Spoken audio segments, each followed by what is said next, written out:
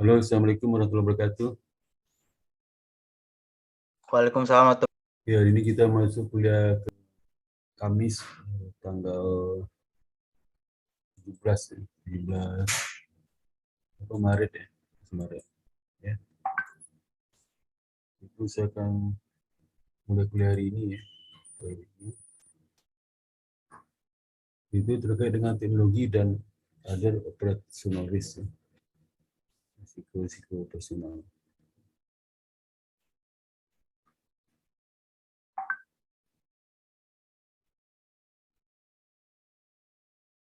Jadi nanti saya akan jelaskan mengenai konsep risiko personal, kemudian peristiwa-peristiwa yang munculnya risiko operasional itu, kemudian juga penyebab risiko personal dan dampak teknologi terhadap perusahaan ini, perbankan, dampak risiko personal, juga jenis risiko, dan bagaimana penggunaan risiko personal.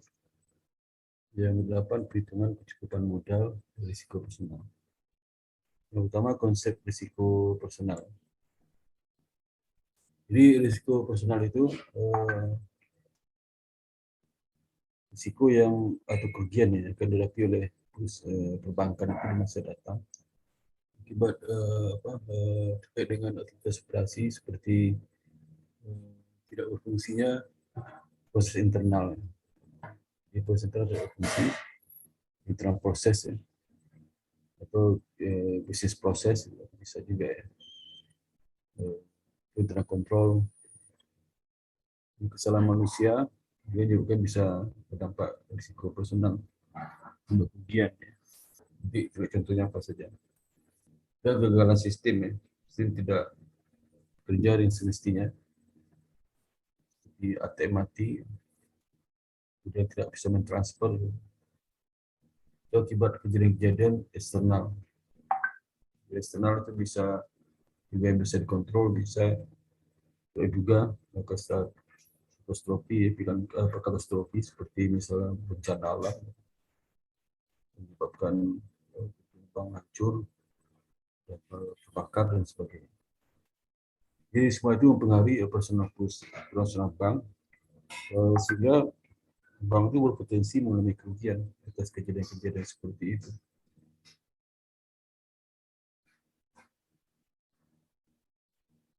Jadi risiko personal itu dipengaruhi oleh setiap orang, individu ya. Yang dipengaruhi oleh, jadi tindakan orang itu bisa menyebabkan muncul risiko personal. Juga seperti sistem proses prosedur seperti sebelum data itu. Dan tidak sistem dan setiap kejadian eksternal dan ulang lagi. Ya. Dan menjadi risiko personal ya. Jadi kita dapat sampaikan apa itu manajemen risiko personal atau disebutnya pengelolaan risiko personal seperti apa. Di sini sebenarnya bukan ini yang definisinya. Risiko personal itu bukan ini definisi. Ini penjelasan aja. Risiko personal itu perlu ada kesadaran, itu bukan adalah. Jadi risiko personal itu perlu kesadaran atas risiko dan tanggung jawab, ya, accountability. Ini bukan definisi personal ini ya. Hati-hati sebelum baca ini. Ya. Lalu risiko personal dari manajemen risiko personal itu bukan ini. Ya. Manajemen itu pengelolaan bagaimana risiko personal itu dikelola sehingga bisa dikurangi dampak kerugiannya. Nah, sehingga perlu ada kesadaran atau tanggung jawab dari setiap satuan kerja yang terlibat terkait dengan risiko personal itu. Semakin tinggi tingkat kesadaran, ya, dan semakin tinggi tanggung jawab, maka risiko personal itu sebenarnya bisa dikurangi. Mitigasi risiko lebih gampang. Jadi tadi ini bukan ini sampaikan dari buku itu ya, buku modul risiko level 2 ya. Jadi tadi ini bukan definisi risiko personal, manajemen risiko personal. Jadi manfaat penerapan manajemen risiko personal, pertama bisa meningkatkan budaya sadar risiko. Ini tidak hanya risiko personal, ya semua risiko ya sama. Manajemen risiko kredit, misalnya kan budaya sadar risiko kredit. Ya. Jadi mungkin bukan manajemen risiko personal ya, manfaat kenapa manajemen risiko titik gitu ya. Itu baru ini. Ya. Jadi kalau manfaat kenapa manajemen risiko personal, jadi dia kembali dengan operasional, misalnya meningkatkan budaya sadar risiko operasional, ya. Meningkatkan transparansi terkait dengan aktivitas personal perusahaan. Dan juga meningkatkan efisiensi personal, ini betul ya. Dan proses pengambilan keputusan, dan meningkatkan profitabilitas dan penggunaan modal yang lebih optimal. Ini benar ya. Jadi, kenapa profitabilitas meningkat? Karena kalau risiko personalnya rendah, kan kerugian yang ditimbulkan dari peristiwa-peristiwa risiko itu kan tidak ada atau berkurang, sehingga laba naik kan. Dan juga penggunaan modal lebih optimal. Jadi misalnya kalau risiko personalnya tinggi, itu kan karyanya jadi turun. Jadi perlu ada penambahan modal dan sebagainya. Dan mengurangi beban modal untuk menutup risiko. Beban modal itu seketika beban modal.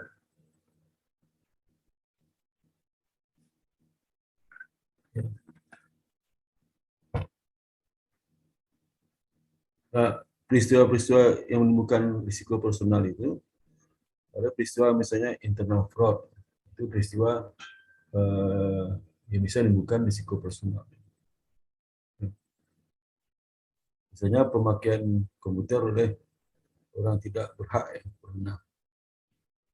Untuk penggelapan aktiva perusahaan atau terutama cash itu, terutama cash. Cash juga aktiva, deposito, kirim giro, kita mohon sabar dibobol ya. Seperti itu. External fraud, peristiwa yang disebut oleh pihak ketiga, pihak luar. Tapi pihak luar ini kadang juga berkolaborasi dengan pihak dalam, ya, biasa gitu. So perampok bank itu yang itu orang dalam. Kalau enggak, perampok banknya terpaksa memantau kegiatan bank itu. Pantau, kan dicurigai oleh pihak bank. Ini orang ini ngapain bolak-balik sering ke sini tapi nggak ada transaksi. Itu hati-hati. Kalau sudah datang ke bank, sampai di bank itu sudah nggak lakukan apa-apa, dicurigai itu ya, sebagai perampok gitu. Ya. Bisa datang ke bank, kantor duduk lihat, terus pergi lagi, diperhatiin sapam, ya. Besok datang lagi sudah pasti curigai, CCTV sudah diambil. Kalau hari ketiga di perampokan, walaupun bukan sudah merampok, tapi sudah cari polisi. Jadi, dalam praktek ketenaga kerjaan dan keselamatan kerja. Contoh seperti peristiwanya kerugian adanya pembukaan karyawan, peristiwanya pembukaan karyawan, event, ya. Dampaknya ada kerugian. Seperti misalnya yang kedua tuh kegiatannya apa? Perampokan, sedang perjalanan, ya, itu peristiwa. Kalau yang keempat, peristiwa terkait dengan klaim produk dan praktik bisnis. Contohnya apa? Itu ada klaim dari nasabah, ya, akibat penyalahgunaan informasi rahasia. Rahasia apa? Misalnya sudah mengiklankan, ya, wah ini tabung kita sangat terkenal, ya, saya dinikmati masyarakat. Tokoh bangsa aja si Badu sudah menyimpan di tabung kita 4 miliar. Nah, itu kena sudah, ya, kena, ya, karena sudah mengasih tahu saking berapi-api sudah cerita, ini benar loh tabung kita itu orang-orang terpandang ya, contohnya si Badu, dia nyimpan 4 miliar, udah kena. Ya. Dan juga kerugian atas aktivitas fisik ya. Peristiwanya apa? Gempa bumi peristiwanya. Gempa bumi bukan peristiwa kerugian. Kerugian itu dampak dari peristiwa. Ya. Dia juga sudah dampak malah peristiwa. Dan gangguan bisnis, ya, gangguan sistem. Peristiwa apa? Kerusakan hardware. Kerusakan hardware sehingga tidak bisa beroperasi sistem itu, tidak beroperasi sehingga dikomplain nasabah. Dan transaksi selama rusak itu nggak ada, harusnya transaksinya 1 juta transaksi, jadi nggak ada. 1 juta transaksi itu satu transaksi dia bisa mati Rp3.000, berapa itu? 3 miliar, 3 miliar, belum lagi dia harus bayar pulsa segala macam. usaha bayar terus tuh. Nah, itu kerugiannya. Jadi kerugian itu banyak tuh. Kalau seperti apa Pak? Nah, kalau sudah pengalaman tuh ketemukan kerugiannya seperti apa aja, banyak sekali. Ya. Peristiwanya apa? Hardware rusak, ya, kerusakan hardware. Kemudian seperti eksekusi, pengiriman dan manajemen proses ya. Apa contoh peristiwanya? Ya. Kesalahan pembukuan, kesalahan pembukuan. Nah, kesalahan pembukuan tadinya dibukukan misalnya cash pada ada setoran, cash pada tabungan B, itu kita buang C. Itu kita buang C. C-nya pestapora, besok langsung tariknya langsung hilang. Tapi kalau gitu pasti dikejar polisi ya. Jadi kalau ada terima transfer kita buang saudara, hati-hati jangan ditarik ya. Tarik pasti dipanggil oleh bank itu, disuruh kembalikan. Hati-hati sudah. Jangan misalnya tiba-tiba masuk ke ada peristiwa tuh. Masuk sekian miliar ke tabungannya. Nah, soalnya gitu begitu masuk tabungan 1 M, langsung saya beli mobil berumah ya. Banyak 3 bulan baru sadar di situnya yang pembukuan setelah dikomplain, misalnya yang punya tabungan asli itu orang kaya, tabungan 10 masing-masing 4 miliar saldonya, dia nggak ngeh aja ya, begitu kaget langsung dia waduh ini benar sih gitu. Kaget ya gitu. Dan juga nanti apa itu seperti kesalahan pembukuan itu. Ini semuanya itu peristiwa yang bisa menyebabkan dampak kerugian. Kerugian itu disebut dengan operating risk. Dan apalagi berikutnya kita lihat penyebab risiko operasional. Jadi kan peristiwanya, penyebabnya apa saja? Ya, sumber dari risiko operasional apa? Ada 5. Pertama teknologi. Teknologi itu sumber risiko operasional. Jangan dikira satu sisi teknologi itu bisa mencapai profit ya, bisa menambah jaringan, potensi nasabah bisa naikkan dan sebagainya. Tapi ada risiko juga. Ya. Bisa tidak bisa efisiensi biaya, ya. Terus gagal dan sebagainya. Yang kedua sumber masalah ada di karyawan. Karyawan juga malas, salah buku, ya. Udah moralitasnya lemah, dia sendiri mencuri uang bekas bank itu. Dia sendiri membobol orang dalam sendiri membobol rekening nasabah, ada banyak itu ya. Bisa nasabah dibobolnya. Bermasalah, oh banyak. Tapi kurang nggak beritakan tapi di bank itu beritakan di koran, ditutupinya semuanya. Banyak sekali. Karena apa? Gaji pegawai bank itu kan kecil sebenarnya. Gaji pegawai bank kalau dia staff aja, gaji kan itu pas itu beli rumah sederhana ya. Kalau dia cuma gaji doang, terus beli mobil yang lebih murah. Tiap hari pagi sore tiap hari ke bank, tahu nggak ada pensiun aja, ya pensiun. So itu 8 tahun udah keluar di bank. Sampai kalau kerja di bank saya udah pensiun saya sekarang. Jadi saya umur 35 sudah keluar dari bank. Sekolah lagi saya umur 35, bukan 35, 34 mungkin. Keluar di bank. Dulu kan saya dosen, masuk di bank, 8 tahun di bank, udah cukup lah 8 tahun. Rasanya badan nggak ada rasa, sibuk aja, nggak pernah ketemu orang, ketemu gitu aja. Keluar, keluar lagi, sekarang masih aktif kan. Udah pensiun saya di bank. Teman saya udah pensiun semua. Ya, pensiun. Karena harus bisa sumber masalah. Ya, sumber masalah. Di tempat saya dulu berapa orang penyebab dari karyawan? Ada berapa orang? 2 atau 3. Cat ya. Ketiga sumber masalah itu juga ada dari customer relationship. Ya. Masalah hubungan dengan customer. Ya. Terkait bisa kontraktual dispute ya. Ini bisa ditemukan. Bisa ke masalah hukum juga ya, sebagainya. Lalu capital asset. Ya. Aset itu aset modal yang dimiliki oleh perbankan itu rusak karena bencana alam, itu kan sebenarnya masalah dari capital asset.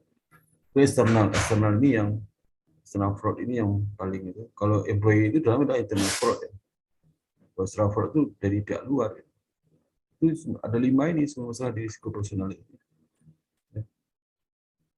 Nah, apa dampak kemajuan dari teknologi ini? Ya. Jadi satu sisi teknologi itu bisa berdampak positif, bisa negatif. Ya.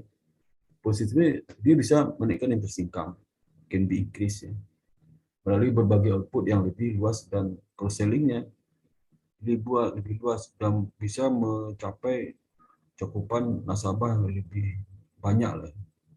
Ya. Bisa seluruh dunia itu nasabah bank itu sebenarnya. Ya. Dan sekarang store sama itu kan sepanjang bisa sudah ke situ. So, betul ke Mekah ketemu ATM Mandiri. Ada ATM Mandiri di Mekah. Ya. Di Mekah. ATM Mandiri ada. Jadi kalau saya ambil duit, ya, keluarnya real keluar. Dari konversi dalam, misalnya saya ambil duit saya 100.000, nanti keluarnya real, ya, bukan 100.000. Jadi dikonversi sendiri itu. Biasanya saya kursnya lebih mahal pada kurs kalau kita jual rupiah di luar, lebih murah pada kita tarik tunai di ATM Mandiri, lebih mahal dia. Ya. Karena nggak tahu, karena kan nggak tahu gimana. Ya. Kalau ambil ATM di Arab, yang bank itu nggak berani, sekarang tulisan Arab semua. Kalau bahasa Inggris masih mending ya. Kalau Mandiri kan belum bahasa Inggris, bahasa Indonesia. Jadi kalau Arab itu bahasa Inggris, bahasa Arab. Tapi itu milih bahasa Inggris kan tulisan Arab. Nggak ngerti juga saya. Ada pilihan kan, bahasa Inggris, bahasa Arab. Itu biasanya pilihan. Nah bahasa Inggris bahasa Arab, tulisan Arab. Bahasa Indonesia bahasa Arab ya. Bahasa Arab jadi repot.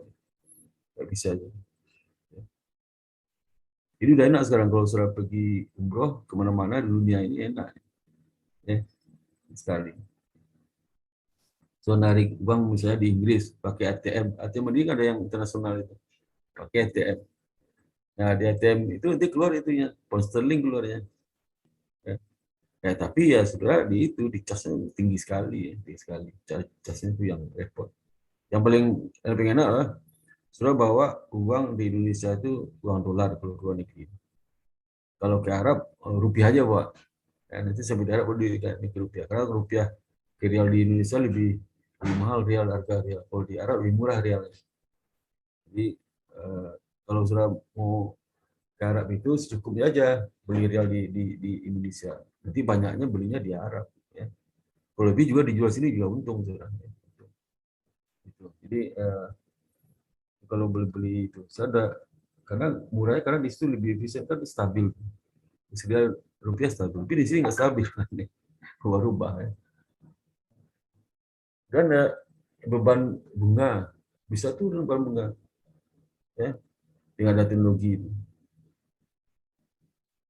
Karena dengan teknologi itu perusahaan bisa mencari sebuah alternatif pembiayaan yang lebih murah. Dan juga kalau dia fasilitas lengkap ya, itu bunga tabungan dituruninnya semua itu. Bunga tabungan diturunkan oleh bank. Dengan asumsi kan bank kan nasabah mendapatkan fasilitas kita. Yang dikira loh dengan ada teknologi ini bunga tabungan sudah itu turun itu. Coba lihat itu. Coba bandingkan bunga tabungan sudah sebelum ada digital perbankan ya. Itu lebih tinggi pada sekarang. Ya. Pada sekarang. Karena biaya teknologi itu dibebankan ke penabung. Ya. Karena penabung itu menerima bunga lebih kecil sebelumnya. Bank mana mau rugi deh, rugi ya. Jadi ya, karena akses ke pasar untuk mendapatkan utang itu lebih gampang, bisa memberikan alternatif untuk bunga yang rendah. Ya. Kemudian ada income juga bisa meningkat fee base ya. Fee base, coba bayangkan saudara. Sekarang loh, orang karena ATM itu dia bisa transfer melalui misal punya ATM Mandiri. Maksudnya ke ATM BCA, kena charge kan, 2 kali charge. Charge menggunakan ATM BCA karena sudah mandiri, dan charge transfernya. Kalau saudara datang ke bank kan pasti ke Mandiri datang. Mandiri. Dan non interest expense can be reduced ya. Beban sebelum bunga bisa dikurangi ya, seperti misalnya beban administrasi kan paperless ya, dan juga tidak perlu ya, lebih efisien lah, tidak perlu kekarauan banyak kan. Sekarang tuh bank-bank itu kemana apa itu mahasiswa tesis S2 saya ujian ya, dia kan riset tempat dia bekerja tentang apa kemarin tentang strategi bank itu untuk keluar dari rugian. Dia ada bank swasta rugi terus ya, sampai triliunan ruginya. Nah, sejak dipimpin oleh direksi yang baru ini, itu 3 tahun terakhir bisa laba 3 tahun terakhir. Apa upaya lakukan itu? Upaya lakukan itulah salah satunya lah mendigitalisasikan profesional perbankan, dan datanya itu pengguna ATM berkurang ya. ATM berkurang sekarang, pengguna ATM berkurang drastis. Kemudian juga kunjungan nasabah ke cabang itu berkurang drastis. Atau banyak cabang yang tutup gitu. Wah, kaget juga sih.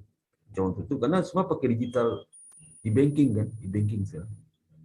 Transfer ngapain ke ATM? Ya. Ke ATM itu kalau ambil duit, kalau ngambil duit dia nggak ke ATM. Itu kan transfer ke ATM. Ya. Saya ambil duit aja ke ATM itu. Nah, ke cabang ngapain? Mending ke ATM ambil duit, bukan ke cabang. Ya. Nah, sehingga ke ATM itu hanya ambil duit aja. Kalau ambil duit juga penting juga, karena dia bayar kan pakai e-money. Nah, juga menyebabkan ATM berkurang. Orang nggak perlu bayar tunai. Ya. Ngapain ke ATM? Bayar itu pakai ATM atau e-banking aja. Kalau pakai e-banking menggunakan e-money. Ada 3 alat yang bisa digunakan bayar, pakai ATM, pakai e-banking, transfer e-banking, e-money. Si ATM itu sepi sekarang. Itu faktanya di sketch data saya itu. Sehingga mereka itu akan membuka bank digital, cabang itu diganti. Sehingga karyawan yang baru nggak perlu kan, karena pura-pura karyawan yang betul-betul pintar itu diterima itu. Kalau untuk clearing administrasi nggak penting buat mereka, nggak perlu. Yang butuhkan paling operator untuk IT yang memonitor aktivitas e-banking itu. IT, maka orang IT banyak semua dibahas. Coba penting itu ya. Ekonomi apa? Ekonomi kalau sudah selama kuliah hanya cenderung doang nggak bakalan diterima usaha bekerja ke depan, nggak ada. Walaupun PK 3,4 3,99 tapi hanya mengandalkan per poin saja belajarnya nggak akan sudah diterima. Besok ini terima jadi pegawai di perbankan mengaku itu betul orang yang smart, punya inovasi, ilmunya banyak, itu betul diterima. Bukan PK, PK nggak penting buat mereka. Ya, PK itu ya juga, cuman nggak hanya asal untuk ujiannya PK itu. Tapi nggak semua PK dipanggil oleh mereka. Ya. Dia tes awal itu berapa untuk semua itu. Kalau yang pintar itu ada PK 3,5, ada 3,1, ada 2,8 bisa aja. Ya. 2,8, yang 3,9 banyak rontok. Itu jadi non interest itu bisa berkurang, benar itu jadi kurang, sehingga meningkatkan profitabilitas perbankan. Ya. Tapi dengan asumsi volume transaksi melebihi dari standar minimal. Misal kalau sudah punya digital perbankan ya, digital itu kita punya kita sudah kerjasama dengan provider. Tapi transaksi nggak banyak sehari, rugi karena transaksi itu tidak menimbulkan fee based income nggak banyak, dia untuk menggunakan teknologi lebih mahal, rugi sudah. Itu ibarat makanan, makin banyak transaksi makin untung besar, ya, makin sedikit transaksi makin kecil untung per unitnya. Teknologi itu. Maka bank itu dengan adanya e-banking itu macam-macam ditawarin, ya. Boleh aja di banking sudah ada, kalau punya banking ya. Ada e-money, ada transfer ini, ada macam-macam ya. Ada bisa sekarang itu kemarin waktu ke bank bengkel DSU ya. Pokoknya DSU itu kan grup Astra itu. Nah, Bapak udah buka itu nggak? Astra Pay apa ya? Baru nih Pak. Kalau Pak pakai Astra Pay bayarnya Bapak hanya diskon Pak, diskon. Lumayan 12.000 diskonnya Astra Pay. Saya buka, kemudian ada kendala PIN ya, oke pakai Astra Pay staff bengkel itu. 1.000 Astra Pay banget tuh. Untuk Astra Pay dari penginapan dana kan Astra Pay. Nggak usah pakai ATM, Astra Pay ya. Jadi kartu ATM itu jangan dipakai sekarang. Ya. Boleh jangan dipakai kartu ATM. Ya. Kecuali sudah mendadak pengen uang tunai. Tunai paling ya sekali lah. Kalau pergi ke itu di jalan kan perlu juga uang tunai, ambil kali 500.000 ya uang tunai di dompet, udah ada cukup itu. Tapi baru gede-gede pakai e-banking, menggunakan apa Astrape, GoPay, apalagi itu yang GrabPay apa macam-macam tuh ya, teman-teman itu e-money, pakai e-money ya macam ya. Jadi itu yang nyebabkan orang nggak usah ke ATM lagi, pakai ATM bayarnya biasa sekarang.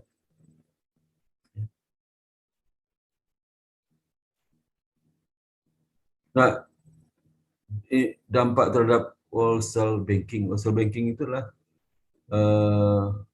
bank komersial, bank apa seperti Mandiri itu wholesale banking, bank besar lah, bank besar ya. Jadi wholesale banking itu bank apa bukan bank retail banking bukan wholesale ya. Di Mandiri ya, bank kalau bank kecil retail. Jadi wholesale banking itu dia dampaknya kepada wholesale banking teknologi itu dia meningkatkan cash management, penggunaan cash. Wah, penggunaan cash luar biasa itu. Nggak ada lawan lah ya. Kalau manusia kan mumet tuh hitungnya beberapa minimum cash segala macamnya. Kalau mereka nggak perlu pakai pakai aplikasi aja, mereka udah punya.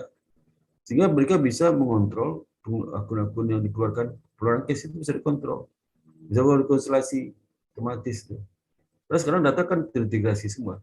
Kalau also logbook, electronic logbook, fund concentration, electronic fund transfer, check deposit service, electronic inisiasi letter, oke ini LC. Lebih cepat lagi LC. Sekarang dulu LC dikirim pakai telek, baru di ucapan 3 hari 4 hari setelah itu. Ya. Sekarang nggak masukin LC itu kita kirim dokumen, ya. Nanti dokumen nanti kirim pakai DHL, nggak ada responnya. Ya. Lalu telusuri merchant software, ada software untuk pengolahan telusuri. Ya. Telusuri. Itu kan ribet juga telusuri seperti trading ya. Di pasar uang, pasar berjangka, pasar modal, kalau obligasi ya. Lalu tulis data interchange, ADI. Ya, ADI ini apa? Di mana perbankan itu bisa berintegrasi dengan dengan perusahaan lain, ADI, interchange.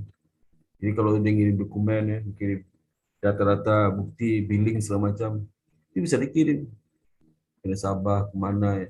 Kemudian facilitating B2B e-commerce ya, business to business ya, electronic billing, usah pakai hard copy lagi, kan bisa edit ya. Verifying identity ya. Jadi ini isu law enforcement access to encrypted data 11 September 2001 ya. Nah, kemudian assisting small business entry into e-commerce.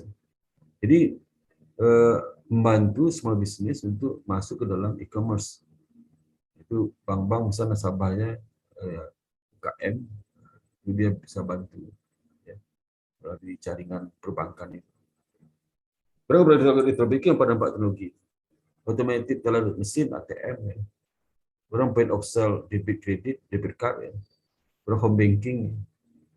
Kemudian home banking itu seperti misalkan home banking itu apa ya? Seperti itu apa? E-banking itu mungkin ya. Kemudian pre-authorized debit kredit ya. Kemudian pay by phone ya, pay by phone. Dulu sekarang agak jarang pay by phone. Sekarang ngapain pay by phone? Pakai e-banking aja. Kemudian email billing, online banking, smart card. Nah, dampak teknologi terhadap pendapatan dan kos apa? Ya.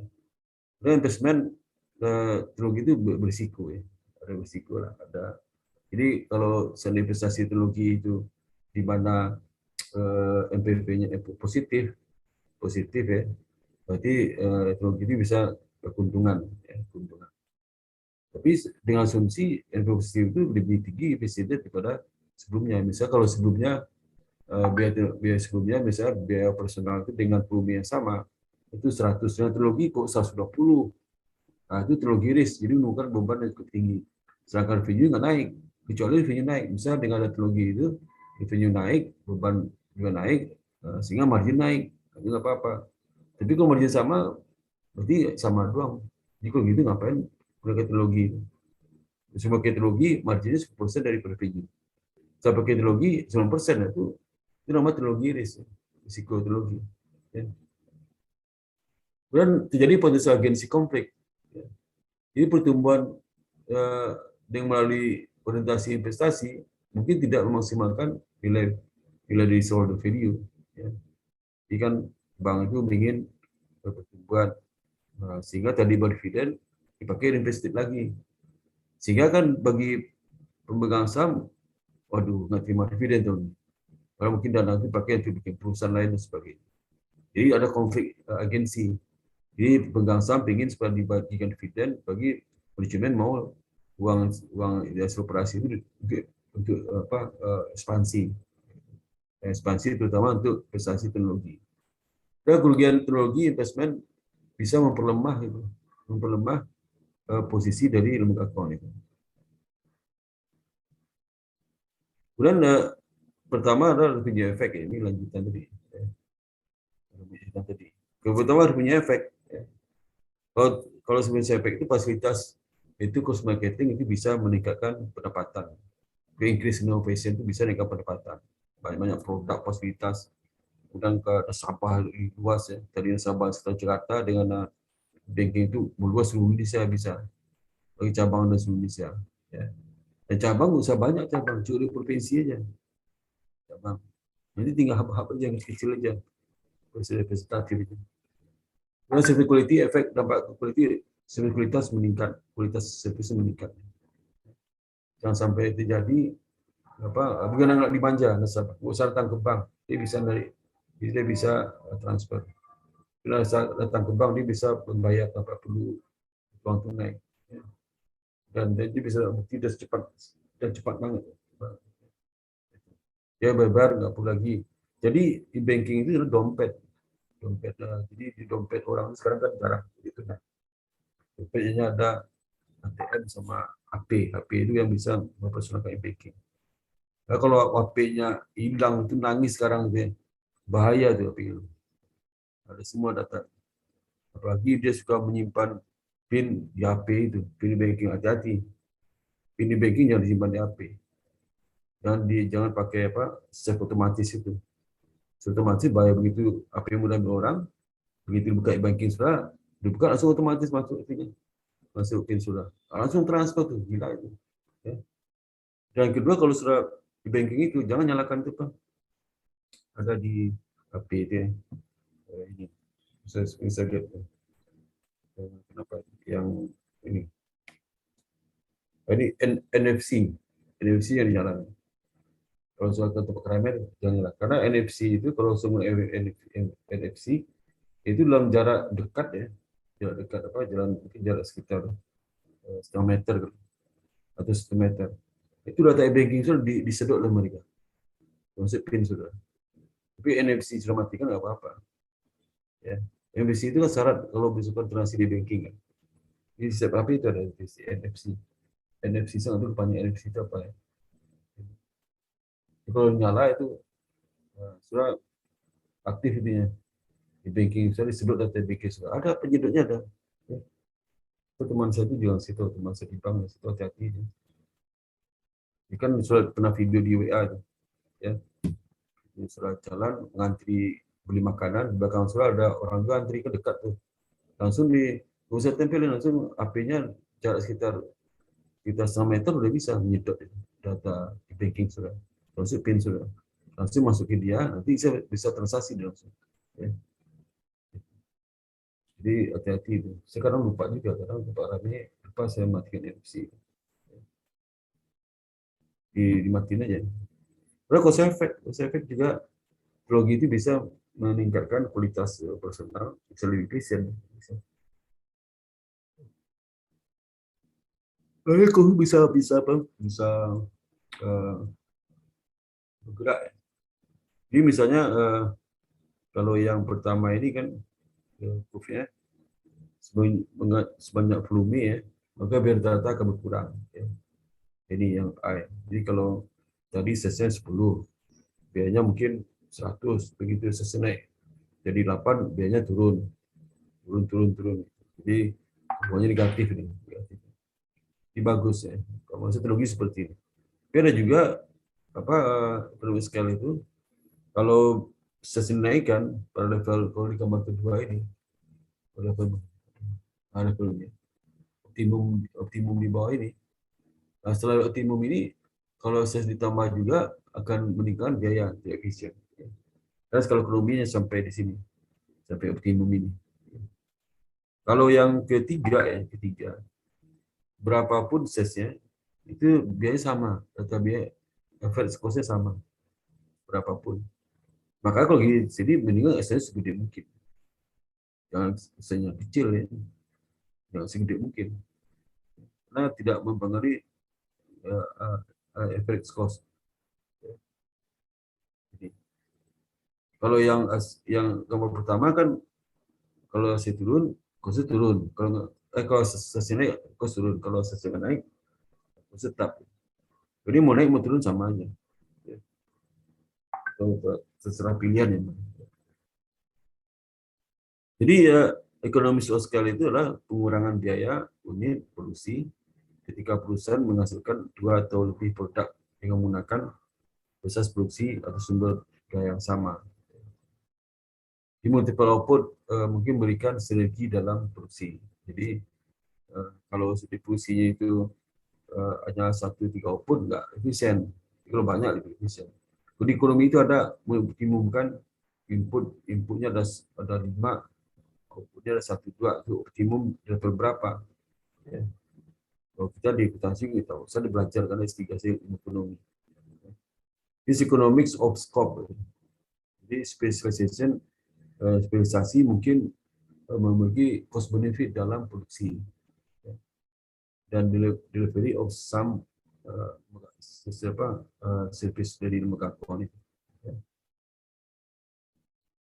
Kemudian untuk ngetes skala ekonomi itu pendekatan produksi ya. Kemudian pendekatan intermediate approach. Kalau di perbankan itu contohnya intermediate approach, pendekatan intermediate skala ekonomi. Misalkan jadi kalau dia skala produksi di mana produksi itu kan Y, inputnya W sama labor kapital.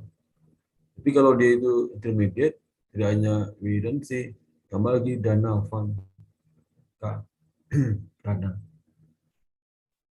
Hasil empirikal menunjukkan bahwasanya skala bank itu bisa mencapai 10 triliun ini kan berapa? 1 triliun itu triliun ya, triliun. Miliar dolar. Kalau 10 berarti 15 kali 15 berapa? 150 triliun ya. Sampai 300 triliun. Ini maksud apa? Efisiensi mungkin lebih penting ya. Jadi efisiensi itulah tingkat efisiensi yang dipertahankan oleh perusahaan dalam kondisi persaingan tidak sempurna. Ya. Tentu persaingan tidak sempurna adalah monopoli ya. Kamu ingat tidak sempurna. Menurut ekonomi klasik di bawah persaingan sempurna, perusahaan harus memaksimalkan efisiensi untuk berhasil dan menghasilkan keuntungan tidak akan gagal dari pasar ke pasar. Kalau persaingan tidak sempurna nggak bisa itu. Ya. Efisiensi apapun saudara, kalau sudah skala ekonomi rendah dan pasar dikuasai oleh pedagang besar, percuma aja. Contoh gini, misalnya di pasar itu monopoli PTA itu besar. Saya bisa bikin produk yang buat PTA itu, harga murah, tapi nggak ada yang beli itu, nggak ada yang beli. Siapa misalkan di mall nggak mau mereka, nggak mau terima mall itu milik mereka juga. Ya. Nah, siapa misalkan pilih jalan, harga murah, kalau beli yang di atas itu, ya, padahal produk sama. Ya, kue aja lah kue itu sekarang sama. Coba kalau kue sama seperti dibuat oleh kue dijual di dalam mall, jual di luar mall, nggak ada yang beli itu, nggak yang belinya. Itu efisiensi seperti itu. Dan inconclusive evidence of scope. Jadi ada bukti di mana tidak bisa disimpulkan bagaimana scope.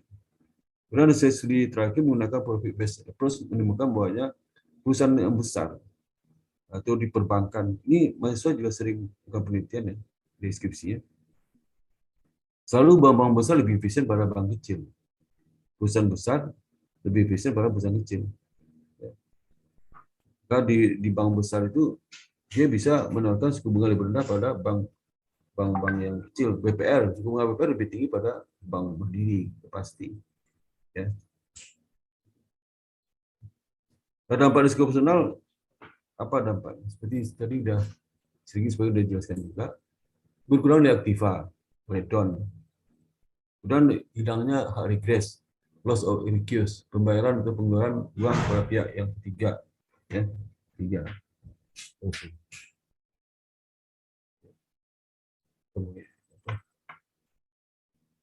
Kemudian institusi, bisa legal liability, pembayaran atau pengeluaran uang karena adanya denda, loss of damage to asset, kecelakaan dan sebagainya. Risiko untuk personal risk itu seperti terkait dengan employee itu turnover yang tinggi itu menyebabkan perusahaan juga rugi sebenarnya. Karena yang baru-baru masuk kan capek juga itu melatih. Tapi ada perusahaan yang lain turnover tinggi itu malah menguntungkan. Karena pekerja itu bisa kerja semua orang. Kalau orang keluar, masuk baru gaji lebih murah ya. Seperti soalnya di banyak di perusahaan ada pegawai trainee itu lebih murah lagi pada kontrak itu. Ya. Di trainee selama 3 bulan, habis itu nggak dulu panjang. Trainee, gaji di bawah kontrak. Kan masih pelatihan. Itu maka sekarang itu perusahaan itu luar biasa itu salimnya ke pegawai. Kalau atas trainee itu kontrak bayangnya tuh, tiap tahun diperpanjang kontrak. Jadi pegawai itu, apalagi laki-laki itu, tiap hari punya kecemasan pekerja, gampang dia pikir ke depan. Bisa nggak dia udah punya istri, punya anak, tapi kontrak terus. Ya. Jadi sudah cari suami itu, kalau masih kontrak, waduh, jantungan tuh. Jantungan. Percakapan kalau iman yang kuat, pasalnya kalau nggak ada rezeki. Ya biasa gitu kalau sudah rajin sholat, rajin ngaji, sholat malam, kalau suami kontrak, itu lama ini suami dapat kerja tetap ya. Ada bisnis yang bagus. Ya. Tapi kalau sholatnya kurang ya, nggak pakai dekat Allah tuh jauh lah. Itu banyak masalah. Itu fraud, error, dan juga logi trading, money laundering, confidential breach, kemudian ada regulation ethical problem via email exchange ya. Seperti misal kalau sudah ada tindakan tidak terpuji ya. Dari segi teknologi risk ya, programming error, ya, risiko teknologi, ya. Model risk ya, market error, management information, IT telecom system outage, ya, tua ya. Teknologi provider failure, contingency planning. Risiko customer relationship, contractual disagreement, distribution from poorly performing teknologi dan default. Di segi capital asset risk ya, safety, keamanan, security, dan banyak yang aset, bisa kendaraan, sopir bawa pulang, sopir tinggal di gang, terus di depan gang, hilang malam. Mana itu? Sopir nggak mungkin bisa ganti. Harga mobil 300 juta, hilang, maka hati-hati. Termasuk kerja pernah terjadi, dipecat lagi sopirnya, berhentikan. Karena nggak sanggup mengembalikan uang itu, dulu Kijang buat. Kijang itu harganya 40 juta, baru 40 juta. Sekarang Kijang berapa? 13 juta, itu 40 juta ke baru. Kijang. Ya. Operating cost, overflow dan sebagainya. Ya. External risk, external fraud, taxation risk, legal risk, war, market collapse, reputation risk, license risk. Ya. Nah, pengelolaan risiko operasional, ini personal management. Ini pengelolaan risiko operasional adalah, nah ini baru definisi manajemen seperti ini operating risk management ini pengelolaan risiko operasional adalah proses identifikasi pengukuran, bukan tadi itu definisi hati-hati tadi. Jadi pengelolaan risiko operasional adalah proses identifikasi. Jadi tidak sebuah kalimat pakai adalah definisi ya. Ini pakai adalah langsung cocok pakai adalah bisa bisa bikin mahasiswa dikira itu definisi. Lalu itu sering saya temukan di deskripsi itu kadang-kadang Sudah di bab 2-nya mengenai konsep. Paling itu bukan konsepnya, penjelasan. Jadi ada proses identifikasi, pengukuran, monitoring, dan pengendalian. Ini risiko apapun jenisnya, pasti ini proses proses manajemen risikonya. Identifikasi, pengukuran, monitoring, dan pengendalian bersih itu. Dalam setiap faktor risiko yang melekat pada setiap produk dan jasa, baik yang disebabkan oleh faktor eksternal maupun disebabkan oleh faktor eksternal. Nah, proses pengolahan risiko dengan melihat penyebab terjadinya potensi kerugian akibat risiko personal. Identifikasi potensi kerugian dapat dilakukan dengan berbagai metodologi baku seperti risk and control assessment, estimasi risiko personal masa depan. Kemudian ada juga LLD, loss event database, itu mencatat data kerugian sudah terjadi. Dan terakhir, key risk indikator, mengendalikan risiko personal yang terjadi saat ini. Jadi ini sedang terkait nih, risiko personal RCCA itu digunakan untuk mencatat kerugian dari risiko terjadi hasil estimasi. Nah, perangkat dalam pengolahan risiko personal dengan melakukan pertama penetapan, identifikasi risiko seperti proses tadi ini identifikasi dengan kegiatan produk. Jadi misalnya sudah mau kita produknya apa, menyalurkan kredit, dikira kredit itu risiko apa yang dihadapi oleh perbankan, apa risikonya? Risiko kredit risk terkait dengan kemungkinan pokok nggak dibayar, ya dan sebagainya. Ya.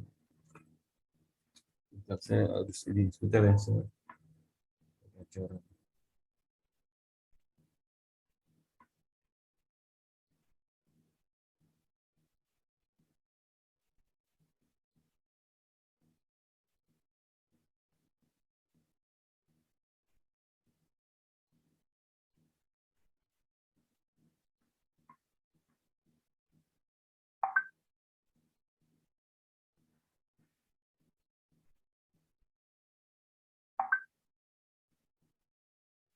Sebentar ya.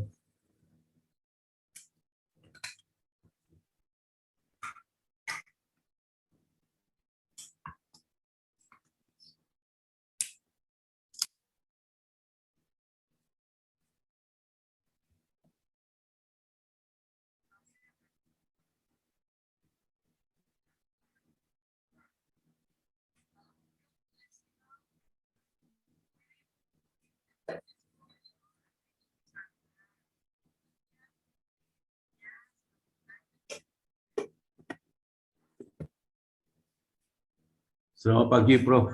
Dian. Selamat pagi Prof. Dian. Ya. Bu Iwi, selamat pagi Bu. Ya. Terakhir kita ketemu di Jambi Prof. Dian. Masih ingat?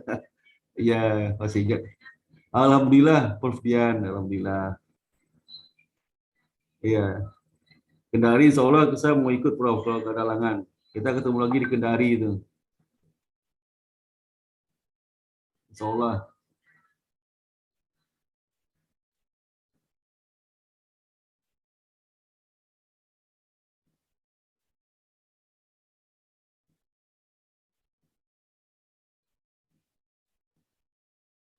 Jadi ya, saya ada acara di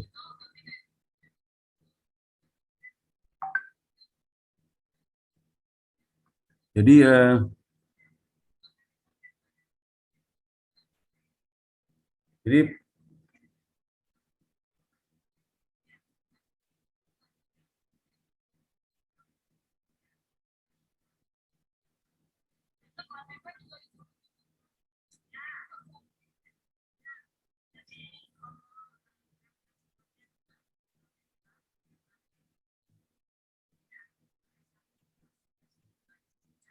jadi selanjutnya lagi ya.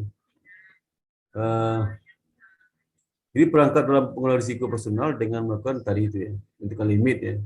Limit ini penting ya. Misalnya batas limit bisa memberikan kredit berapa, batas limit itu transaksi trading berapa, volume berapa, ya itu mengurangi risiko. Kalau seandainya saya mengalami kerugian sudah $1 juta, saya harus ditarik dari trading itu. Ya boleh dulu, istirahat dulu. Kalau Secara psikis juga kerugian pasti tambah besar.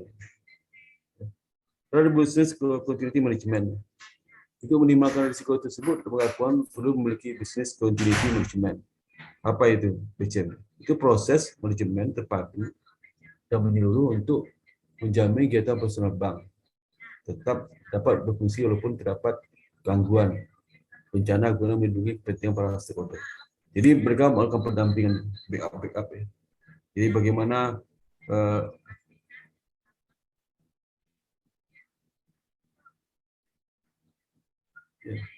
IBC itu merupakan bagian yang terintegrasi dengan kebijakan manajemen risiko bank secara keseluruhan. Jadi BC merupakan bagian terintegrasi ya dengan kebijakan manajemen risiko. Jadi bagian dari itulah yang risiko. Jadi terpadu. Tidak aja mikirkan misalnya bagian kredit, hanya mikirin kredit aja nggak bisa. Ya, harus dipadukan juga dapat pasar, ya, kemudian juga likuiditas dan sebagainya. Sehingga ada suatu bagian yang terganggu, yang lain bisa menutupi.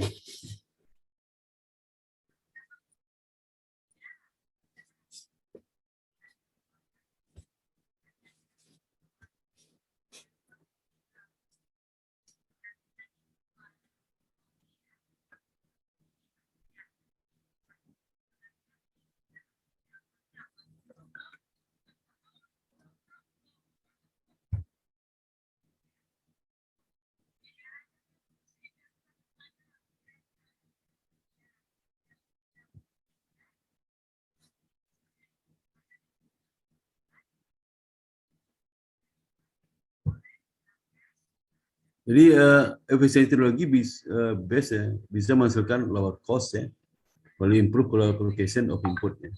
Jadi dapat optimal input berapa. Kita input itu dalam penggunaan alokasi input itu mana yang memberikan cost produksi lebih rendah. Dan increase revenue melalui output yang lebih luas. Jadi tidak hanya satu input, jadi banyak satu output, banyak output. Jadi ada optimum output juga. Penggunaan TI selain meningkatkan kecepatan dan keangkutan transaksi, setelah pelayanan ke nasabah juga meningkatkan risiko, misal risiko personal, risiko reputasi.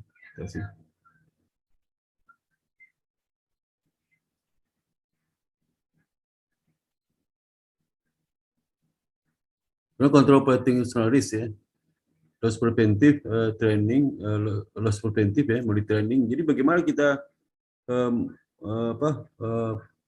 prevention loss itu, ya. Supaya tindakan preventif dari loss itu multi training. Karena kadang karyawan itu melakukan kesalahan karena ketidaktahuan. Terus teknis juga nggak tahu, misalnya ada prosedur baru.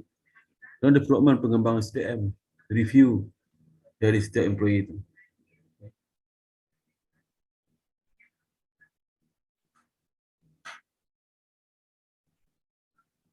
Loss control, planning, organization, backup ya.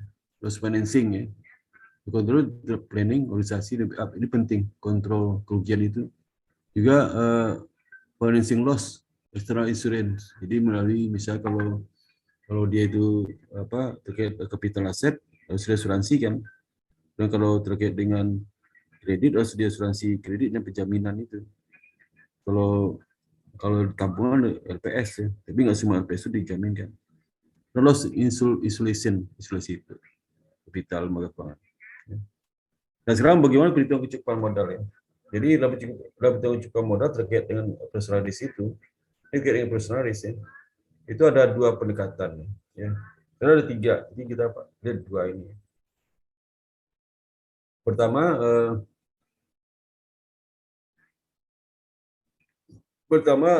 basic indikator approach ya. PID pendekatan indikator dasar. Pendekatan indikator dasar atau PID merupakan pendekatan yang paling sederhana dan tidak sensitif terhadap risiko, sehingga akan menghasilkan beban modal yang cenderung besar. Kebutuhan modal minimum dihitung berdasarkan suatu persentase tetap dari gross income bank. Regulator menentukan persentase tersebut sebagai alpha.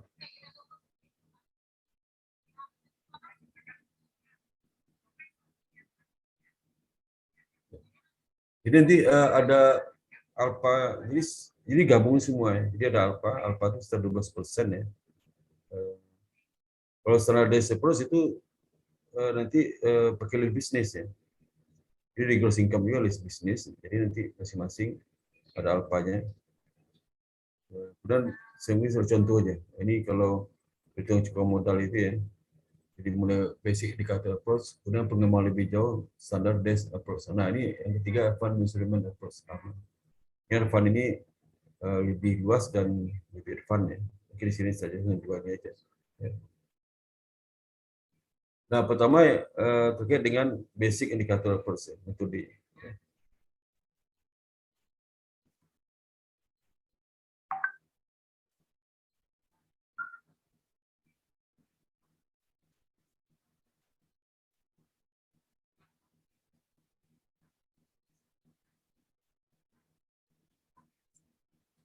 Jadi perhitungan TMR untuk risiko personal ya, itu adalah menggunakan alfanya 12,5% dikali beban modal risiko personal. Ya. Apa itu sebenarnya? Apa ini? Alfa 12% bukan 12,5%. 10% ini cukup satu angka yang diberikan untuk dikali beban modal risiko personal. Beban modal risiko personal itu boleh dari rata-rata gross income ya, bagi tiga tahun terakhir dikali dengan 15% itu beban modal risiko personal. ATMR-nya 12,5 di situ. 12,5. Ini misalnya, jadi rumus gini. Jadi gross income ya. Gross income sigma gross income dibagi N. Jadi alpha. Nah, itu yang laba 3 tahun terakhir. Ya. Bisa contoh, ini misalnya berapa kita menghitung ini. Berapa risiko personal ATMR untuk risiko personal tahun 2013. Nah, kita cari 3 tahun terakhir 2012, 2011, 2010 ya. Nah, kebetulan ini ada laba semua ya, laba income nanti dibagi 3. Bagi 3 dapatnya adalah dapatnya itu berapa ya? Dikali 15%. Bagi 3 dikali 15% dikali 12,5%. Dia TMR-nya 3,75%. 3.750%. Kalau modal berapa itu? Modal situ aja 15% dikali rata-rata gross income 3 tahun terakhir. Ya. Nah, ini hati-hati dalam menghitung ini. Jadi kalau misalnya contoh ini, itu kan cuma laba doang. Kalau 2010 ini rugi, maka rata-rata gross income-nya 7.500 tambah 3.000 bagi 2. Begitu kan dihitung. Ya. Kalau misalnya 2012 laba, 2011 rugi, 2010 rugi, maka dipakai 2012 ya 250, nggak dibagi 1.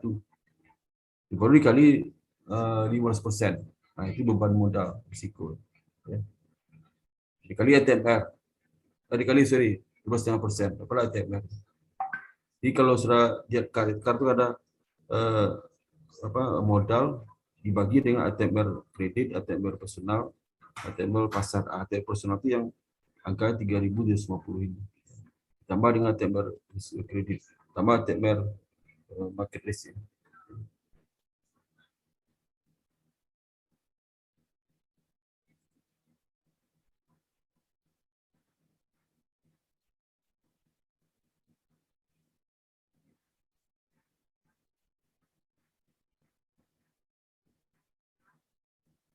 Bagaimana kalau pendekatan standardized? Standardized itu, kalau tadi kita kan menghitung satu gross income satu kan, satu di semua lini. Jadi kalau bank A hanya satu aja, digabung semua lini. Kalau ini dipisah, ada 8 lini di entitas perbankan, seperti misalnya manajemen keuangan, corporate finance, dagangan dan penjualan, perbankan retail, perbankan komersial, pembayaran dan penyelesaian, jasa custody dan agent, manajemen aset, dan jasa broker retail. Masing-masing itu dihitung gross income-nya. Nah, kalau kita di pihak eksternal nggak bisa kita ngitung mereka standaris karena data ini kan internal, data di dalam. Kan laporan laba rugi tidak ada, laba rugi gross income manajemen keuangan nggak ada, gross income perdagangan dan penjualan nggak ada datanya. Ya. Makanya bisa di dalam itu. Nah, masing-masing itu gross income, rata-rata gross income-nya. Nanti dikali dengan masing-masing beta.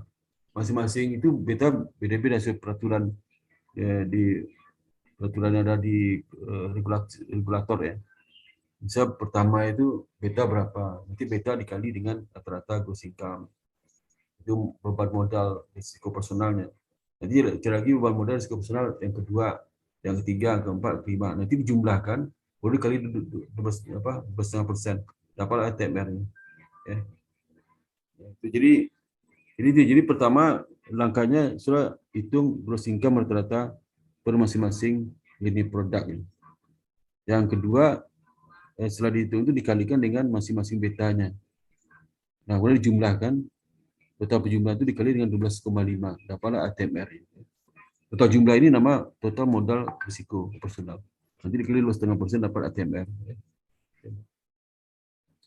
Nah, perbedaan lagi lah, kalau dalam basic, pendekatan basic ya, basic ini tadi pendekatan ini ya, basic indicator approach ya, itu gross income rata-rata dihitung yang laba saja, laba saja. Kalau rugi nggak dihitung. Bisa 3 tahun rugi 2 tahun, satu aja bagi satu, rugi setahun dua dihitung, tambah bagi 2. Kalau dia itu 3 tahun rugi, gimana? Cari itu keempat, itu bisa setahun aja, 4 tahun sebelumnya, setahun sebelumnya, 2 tahun sebelumnya. Nah, jadi yang keempat kalau rugi semua 3 tahun terakhir. Itu cara di basic itu. Kalau cara di basic enggak, cara menghitung rata-rata sama hitung rata-rata matematik. Berapapun angkanya dibagi 3. Ya, bagi 3. Mau 0, mau negatif, mau positif. Nah, ditotalkan bagi 3. Ya. Masing-masing hitung seperti itu.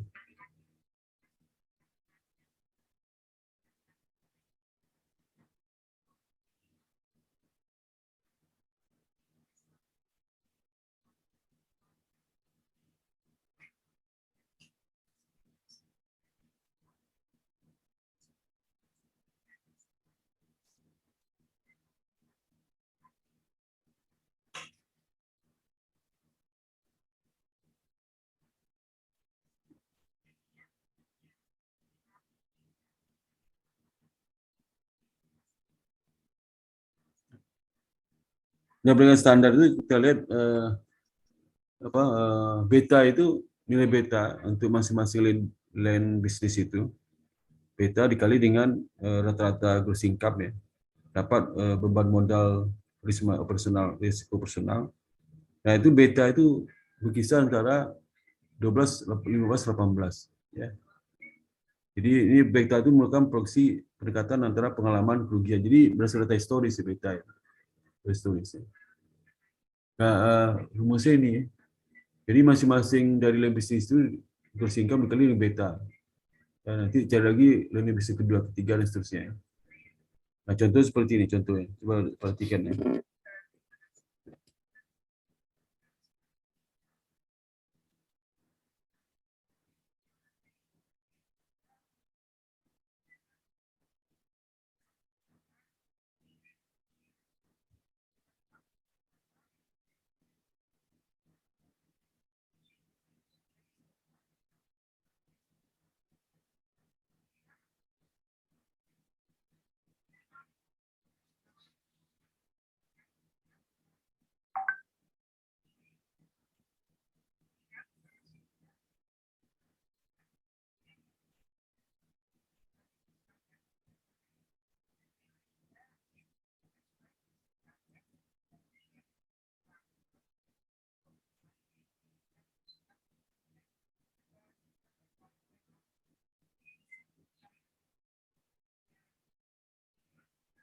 Oke, contoh misal seperti ini. Ini ada bank X lah. Itu tahun yang dipakai untuk menghitung 2011. Sehingga dia cari data di bank itu data 3 tahun terakhir, 2010, 2009, 2008. Data untuk masing line bisnis itu ada 8 kan, 8. Datanya apa? Gross income. Gross income itu beban pendapatan bunga dikurang beban bunga. Nah, setelah diperoleh, ini datanya. Misal di line corporate finance itu gross income 2010 1000, 2009 1100, 2008 2000. Kalau line trading and sales tahun 2010 2200 gross income-nya. 2009 1000 rugi 1000. 2008 nol ya. Nol itu. Nah, kemudian untuk yang retail banking itu gross income 4000, sebelumnya 4500, sebelumnya 5000. Kemudian komersial apa gitu? Komersial banking ya, rugi 1000, rugi 4000 dan tahun 2008 nol, tidak ada. Kemudian kalau kemudian agency service ya 55, 50, 75. Kemudian aset manajemen 1250 dan 750. Retail brokerage 1000, rugi 250. Itu totalnya 2010 itu gross income-nya 8085, 2009 2200, 2008 6275. Ya.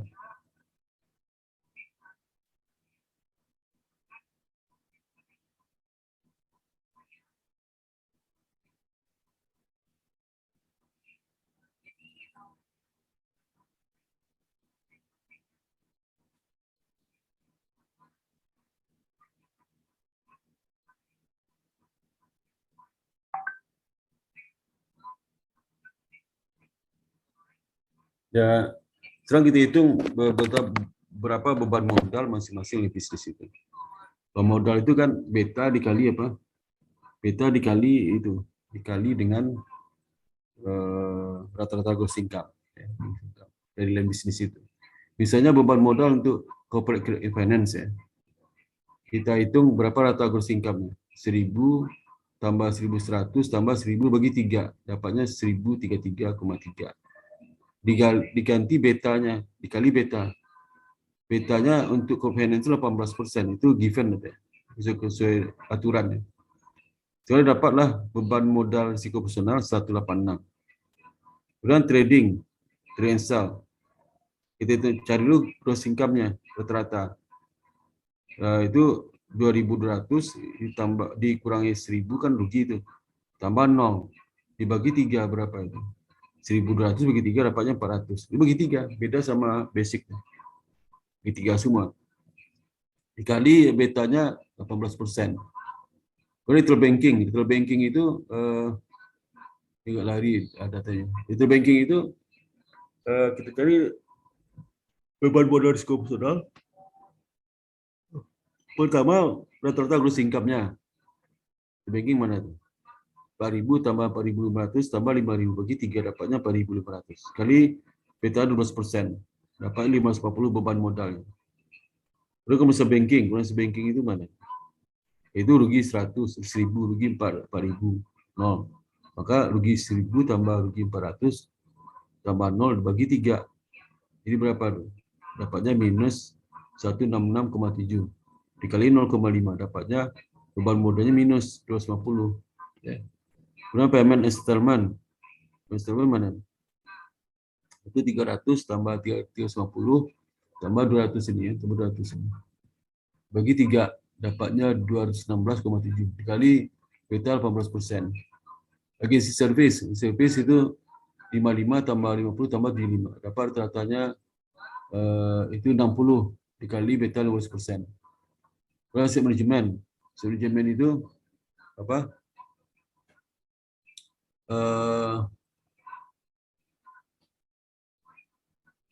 Aset manajemen itu cari dulu total gross income-nya. Itu 1250 tambah minus 750 tambah 0 bagi 3. Dapatnya lah 166,7 dikali beta 12%. Dapat 20. Jadi beban modal risiko personalnya 20. Ini di brokerage itu 1000 tambah minus 150 tambah 0 bagi 3. Dapat 250 ya. 20 dibagi dikali beta 12%, dapat 30. Nah, beban modal risiko operasional setiap unit bisnis ini totalkan dapatnya 66,6. Itu beban modal risiko operasional. Kalau menggunakan Strades. Kalau kita hitung berdasarkan basic berapa? Basic itu modalnya ini 8.800 ya. Ini ganti nggak dipakai. Pakai bersihnya 8.850 ditambah 6.275 dibagi 2. Bagi 2 dapatnya 1.123,5. Lebih tinggi ya. Cuma lebih rendah kalau menggunakan dengan standar des. Maka bank banyak milih standar des bukan yang basic ya. Nah, standar des bank menggunakan. Nah, kalau berapa itunya? Oh, sorry, ini bukan 1.100 ya. Oh ya, sama. Saya 1.123,5. Nah, dari jumlah ini berapa ATMR? Kalau menggunakan standar des, ATMR-nya 12,5 kali beban modal. Total modal 60,6. Ya. 6 kali 12,5 dapatnya ikut ke hapus 8.075. Dia ATMR 8.075. Kalau menggunakan basic ya. Basic pendekatan basic dasar. Itu ATMR-nya berapa? 1.123,5 dikali 12,5. Lebih banyak lagi, besar lagi. Berapa itu? Mungkin 12.000 ya. 12.500. Satu itu dapat 1.000 ya. 11. Bisa 1.500-an ya. Bisa 15.000-an. Gitu. Oke ya. Kalau tanya sampai di sini. Sampai sini ya.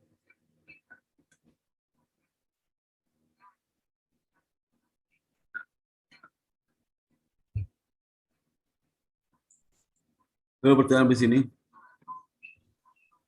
Bapak sepakat, saya izin bertanya. Ya, silakan. Untuk slide terakhir itu penentuan betanya emang udah sesuai rumus itu atau iya, itu saya terangkan, saya kasih tahu given data, given. Saya relasi. Ini misal kalau untuk yang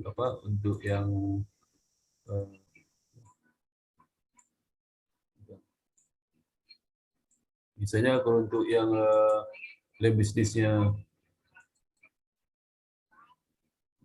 untuk yang